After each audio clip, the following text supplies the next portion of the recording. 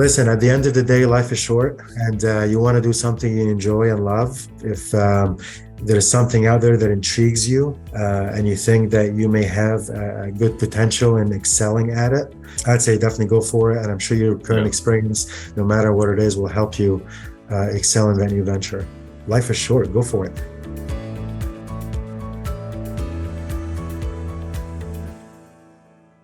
Welcome, everyone, to the Road Less Traveled Show. This is a show about people that were successful in a previous career and left that career to go down a different path. I'm your co-host, Richard Coyne. And I'm your co-host, Bill Zahller. On today's show, we're so pleased to have Michael Anise with us. Michael, welcome. Well, thank you for having me. Absolutely, Michael. Yeah, again, thank you for being on the Road Less Traveled Show. To start with, can you tell our listeners a little bit about your background and what line of work you initially started down? Sure. I am first and foremost a father of 4 kids. 2 girls and 2 boys. My daughter just actually graduated high school, valedictorian, heading to college. So very proud of her. Awesome. I grew up in South Florida, and I got my accounting degree, accounting and finance. So I'm an accountant by trade, and I had the opportunity to work as the CFO for various, publicly traded companies as well as privately held companies, and mainly concentrating on SEC reporting, financial reporting, and that's what I've been doing for most of my career till about 2017. Okay, and then in 2017, did you transition into a different avenue? So I had the opportunity because of my SEC background, and I also had taken a few small companies public via the reverse IPO technology. One of the companies in Charlotte wanted to go public, and they seek me out to help them go public and build a platform of manufactured housing properties, mobile home parks. And at the time, I didn't know much about, manufactured housing, and I, was mainly involved to help them with their financial reporting, taking them public, which I have done. But since then, I really got involved in helping the company grow. I joined them when they were, only about a few, home sites in one community, and helped them to, grow to approximately 2,500 home sites, and really got to understand the business. So I wasn't just a CFO, I was promoted to president. I was in the board of director, treasury secretary, and also eventually also took the role of the COO for a while, because I really got to enjoy and learn the industry and the sector. And while I was there, I also got the opportunity to acquire a few assets on my own and some friends. So I really enjoyed this asset class, and I started, dedicating my full time into acquiring, managing, and operating manufactured housing. And I haven't done financial reporting in a while. Well, excellent. Yeah. What areas, Michael, do you concentrate on? There's certain geographical areas you focus on? So mainly the Southeast. Okay. So I left that company May of last year to start my own platform and my own company with 2 amazing partners. And this company is called FG Communities. And we're still focused in the Southeast. We really like the opportunity here in the Southeast. This sector is very fragmented, meaning a lot of mom and pops still own those communities. And that is very true more in the Southeast than it is anywhere else in the country. Plus, the Southeast have better climates, a lot of growth as folks, because of climate and various reasons, are moving into the Southeast. So we see a lot of good opportunities here to grow our company and aggregate and acquire manufactured housing properties. Mm-hmm. That's great. Okay. Yeah.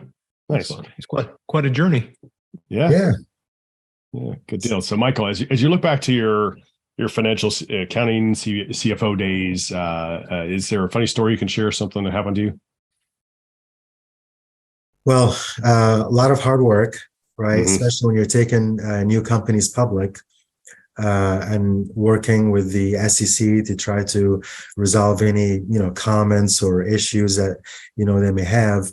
So a lot of the entrepreneurs out there want to go public overnight, but it doesn't happen overnight. It's a process, and it takes a little bit of time, especially when you're involving auditors to get the financials audited.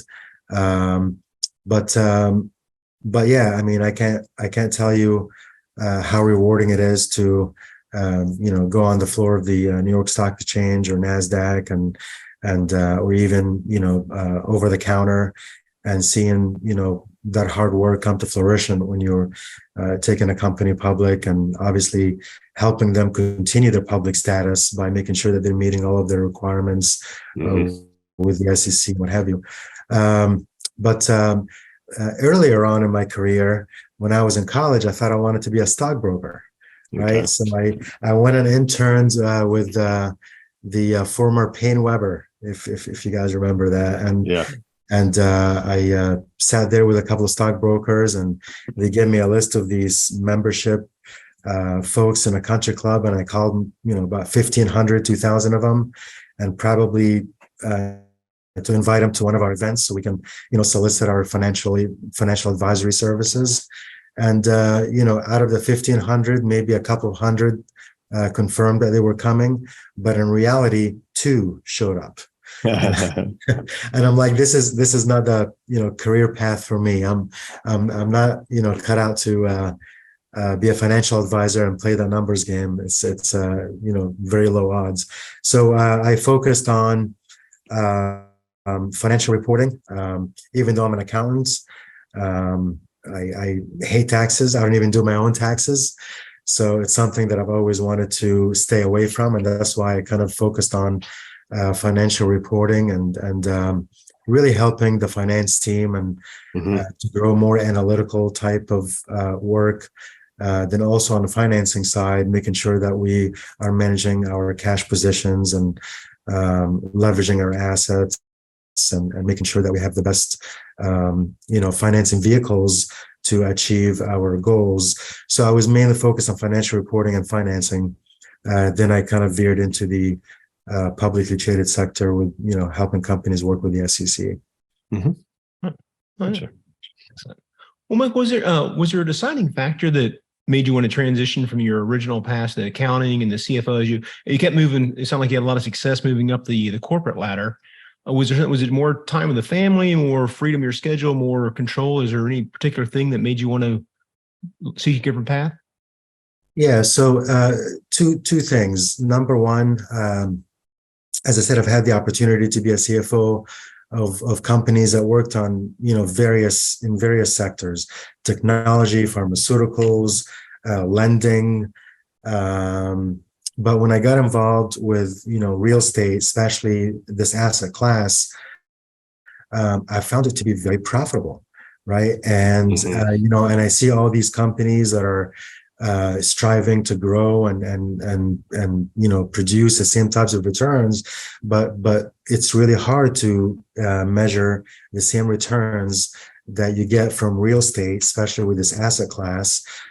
Something that could be almost like as a passive investment with residual income, and build this annuity, especially if you do it right. And comparing that to all of the other business models that I've been involved in, I was really attracted to do that. Plus, it's also a somewhat of a rewarding field. We're in the affordable housing business, right? Manufactured housing is one of the last resorts of affordable housing that's not subsidized. And most of our communities, the tenants own their homes and they just pay us lot rent. So it's land lease model. You pay your taxes, you pay your insurance, you maintain a little bit of the infrastructure, but a lot of people like to think it's mailbox money, right? So it's a little bit of a rewarding feeling when you're providing something that's in a dire need. Affordable housing is in very high demand right now.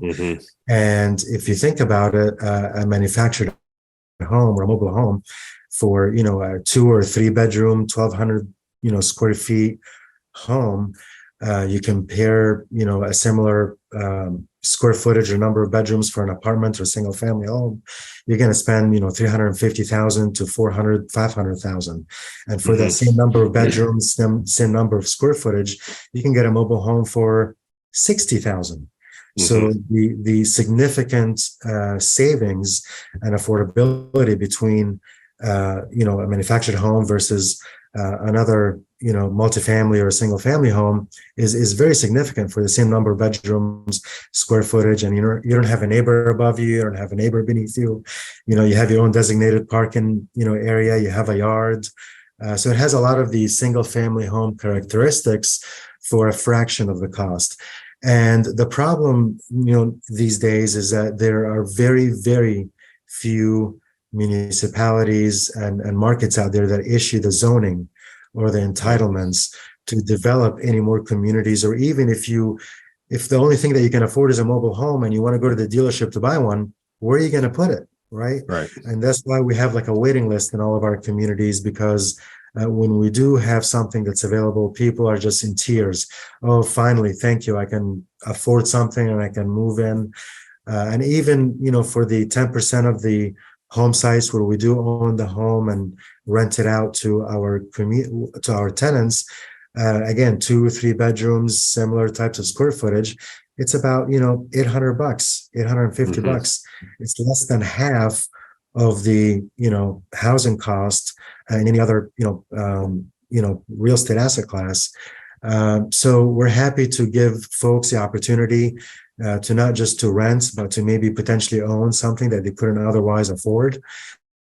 And that's a very rewarding feeling to know that you're doing something that's in a dire need, high demand, and you're also taking these assets and improving the quality of life on the tenants. Because a lot of these mom and pops didn't really have the capital to maintain the communities the right way and put in the deferred maintenance or capital. So when we go in and do it right and professionally manage it, these folks love it. And they're like, wow, I've never expected to pay this little and get everything that I'm getting right now that you're providing. And that's a very, rewarding feeling. Yeah, absolutely. It's definitely a problem in the country where we don't have enough affordable housing. So you're filling a need. So that's awesome. So very nice. Yep. Yeah. So Michael, when you first went to the large company you helped take public that is in the mobile home space, you went there with the intent of the mindset of your CFO role and helping them grow, et cetera, et cetera. But maybe as you shifted to your own company, were there some obstacles you had to overcome? So, aligning myself with the right partners, the right lenders, raising capital.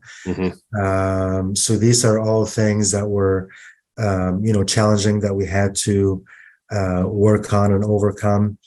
And, not all lenders lend to this asset class. Right. So you had to really, fish for the right lenders and make sure that you have the right capital aligned with the senior debt to leverage the acquisitions and really understanding and learning the business. A lot of folks, it's a small niche of the real estate market. And there are a lot of folks out there that preach on how you should manage these asset classes and run it properly or efficiently.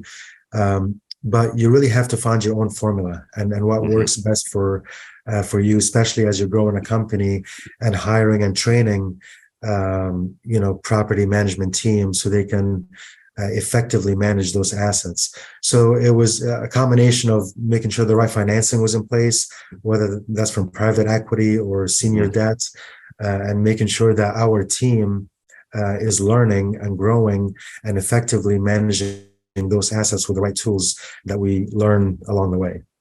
Nice. Yeah, excellent. Well, Michael, as you look back, and it could be, I know you've touched on a large victory there was the IPO, of course. That or even later on, as you did some more, it sounds like you did some of these for your own account also, as you learned more about the mobile home park. Is there like a first victory that comes to mind that really solidified the fact that this is something that's achievable? I can scale this up? Yeah. So, when I left my last company, I had a couple of hedge funds and companies that really wanted to partner up with me so they can fund and capitalize my vision and growing another platform. But I was, really fortunate to have the partners that I have right now. And that's a huge achievement because they share the same values and vision that I have and believe.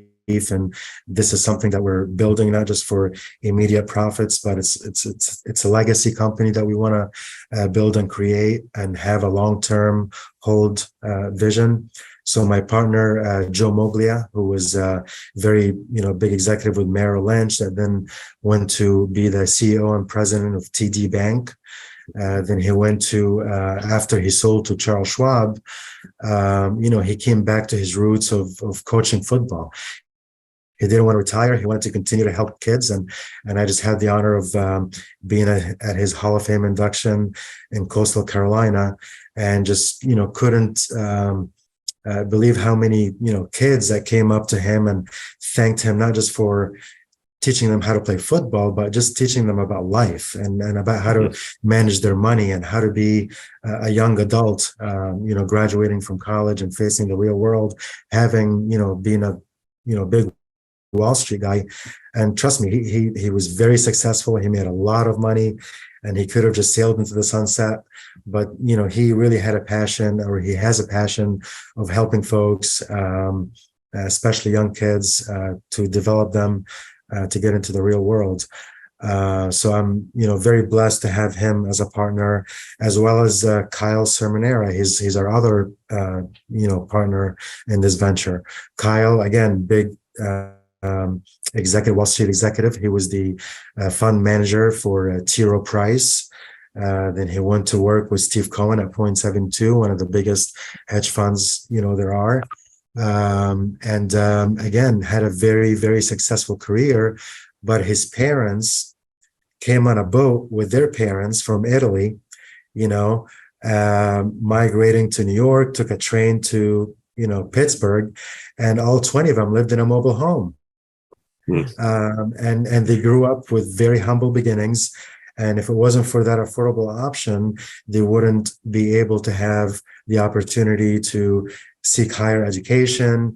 And as you know, Kyle, I just explained his career, and a lot of his family members went on to be very successful investors, doctors, attorneys. So again, it's good to have the opportunity, and it was a victory for me to have the opportunity to partner up with them, and especially knowing their background and the resources that they have that they can bring into this venture to help us grow was very exciting, especially sharing the same values and hard work and work ethics that they've had growing up. So that was a big win for me. That's great. Yeah. And it's funny that we've asked that question, I think, on every podcast. And I think you're one of the first ones that mentioned actually your partners, which are, like you said, are critical to the business. But yeah, that's great. Yeah. Yep. Good. So, Michael, more recently, is there a funny story that you can share, something that's happened to you recently? Funny story, personally or career-wise?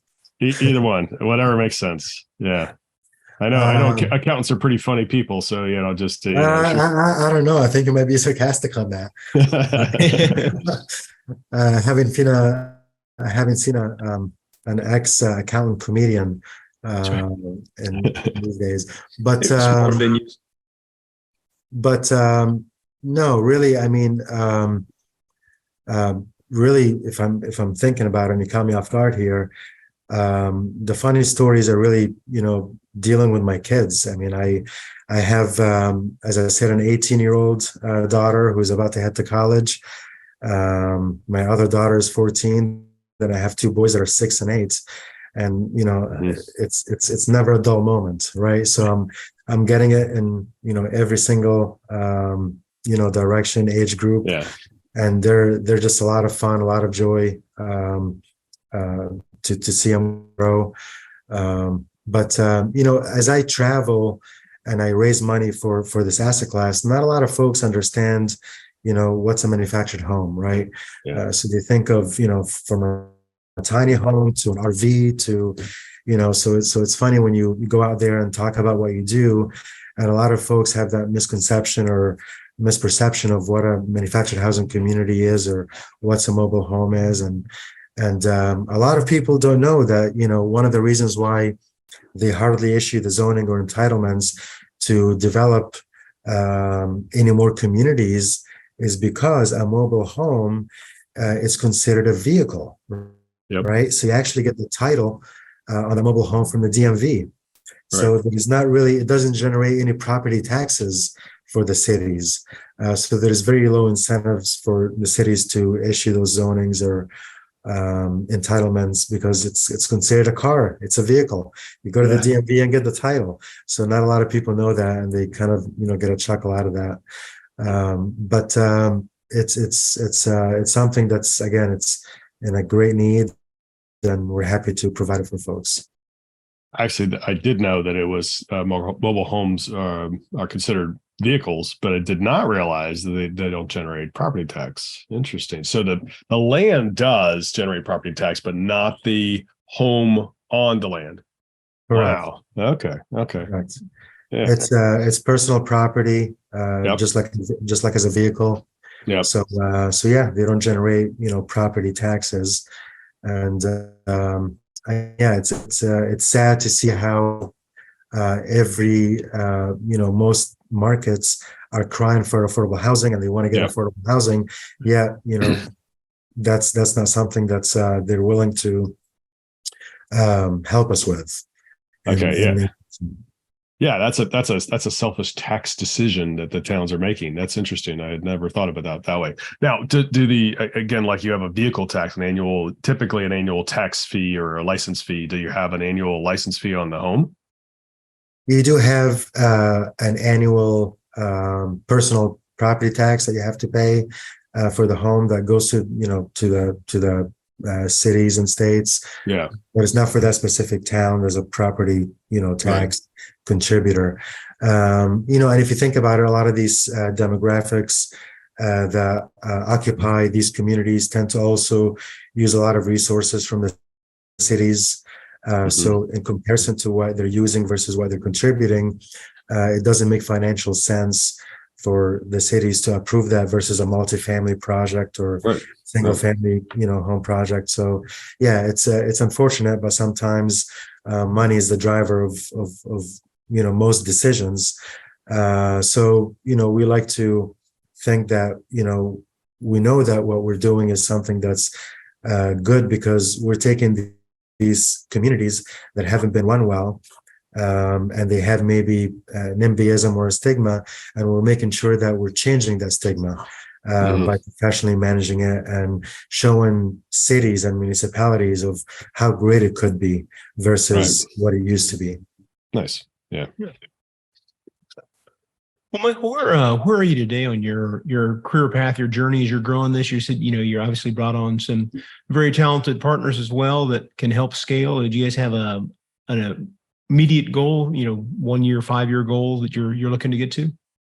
Yeah. So in the next, 2 or 3 years, we like to continue our acquisition strategy to get to 5,000 home sites. That's kind of our goal, and we're thankful to have a nice pipeline to help us get to that goal. So right now we're getting the right financing, raising capital to execute on these transactions. So yeah, the goal is to eventually get to 5,000, if not 10,000. Maybe at the right time IPO and go public if that's one of the options that makes sense at the time, convert to a REIT, and just watch and help this company continue to grow the right way. Nice. What are some of the debt options that you guys look at? I know, like in multifamily, a couple of years back, it's typically 75% LTV with agency debt. And that's obviously pulled way back. It's 50, 55, somewhere in there now. It looks like on the leverage they've gotten a lot more conservative. Is it the similar in the land side of it or the parks, or? No, so each lender has their own different box that they like to stay within, but similar to the multifamily, our acquisitions are leveraged with senior debt from anywhere between 65 to 75% leverage, depending on the bank. A lot of banks don't like to lend on the homes. They just want to lend on the land and the rental income from the land versus the homes. But like I said, most of our communities are already occupied, and most of the tenants own their own homes. I think we own about maybe 7 to 10% of the homes in our portfolio. Everything else is tenant-owned homes, and they just pay us lot rent. So banks do like to see that, especially with agencies. So we do get agency options. We do get senior debt from local bank, regional banks, some even national banks, credit unions, and the such.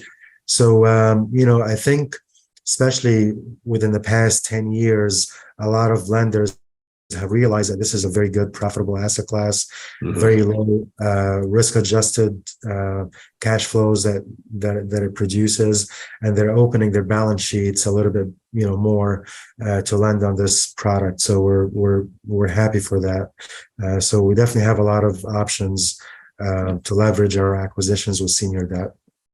Great. Okay. Yeah. Good. Michael, is there anything that you do, perhaps through your company, yourself personally, that you can share that you do to give back? I mean, obviously, like you said, you're helping to provide a very needed source of homes for people to live in. But is there anything else you can mention? So really, the quality of life that we're providing. So we're putting the added additional steps to ensure that we do background checks on everybody as soon as we acquire a community. And even before or after, subsequent to acquiring the communities, anybody new that may come in, we do a full background check, not necessarily for credit or anything, but we want to make sure that we look at the criminal background. Everyone there is just hardworking folks. Most of the tenants that live in our communities are just, blue collar, working class, cashiers, police officers, construction workers. But even these days, a lot of entry level white collar folks that cannot afford, the rent days or to acquire a community. So you have the teachers, the secretaries, the bookkeepers. So we see a lot of folks that live in our communities that are hardworking, and they're, after all, the engine of our economy, right? We want to give them that, option to live in a safe, place with decent quality of life. So we'll do that. We'll put in cameras. We'll put in the right signage on the gates, landscaping, really beautifying the neighborhoods. And that's also a reflection on our company. So we want to make sure that, these folks are,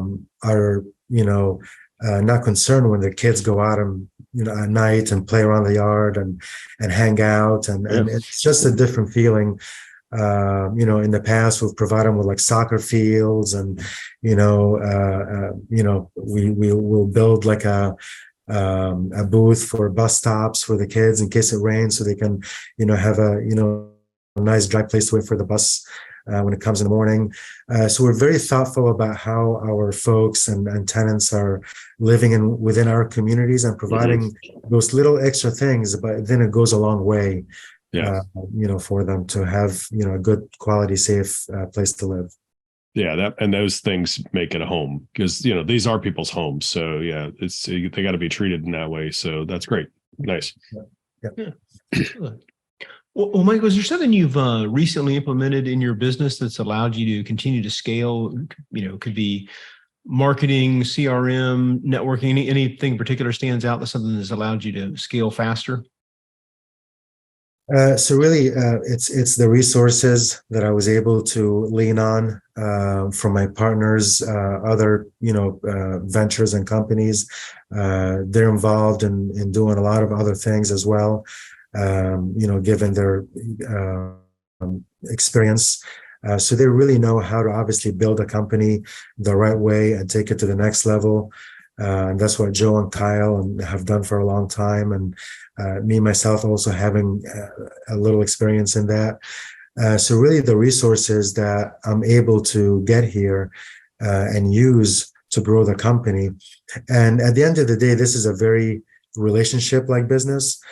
So it's not very easy to go and get deals, right? So, since 2017, I was able to forge great relationships with community owners, with very selective brokers, referral sources that give us a lot of off-market deals that we get to see and make sure that it fits our box before it goes out to anybody else. And I'm definitely happy and blessed to have these resources that'll help us continue to build pipelines. So along with the resources that I have with my partners, we can execute on these transactions successfully.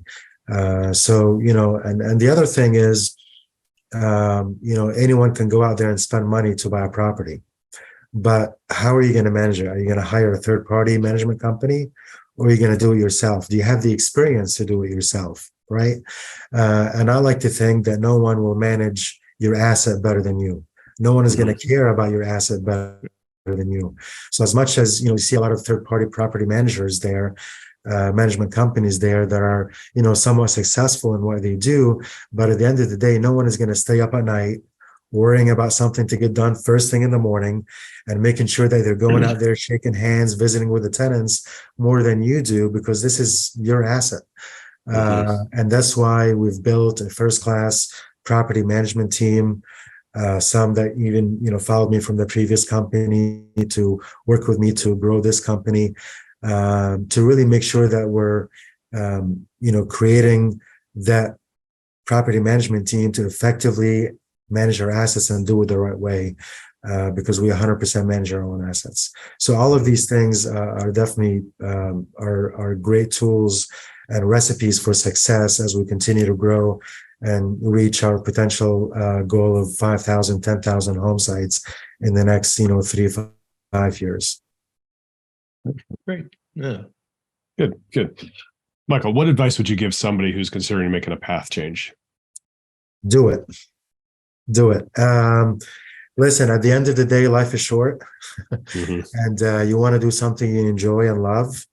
By all means, if there's something out there that intrigues you, and you think that you may have a good potential in excelling at it,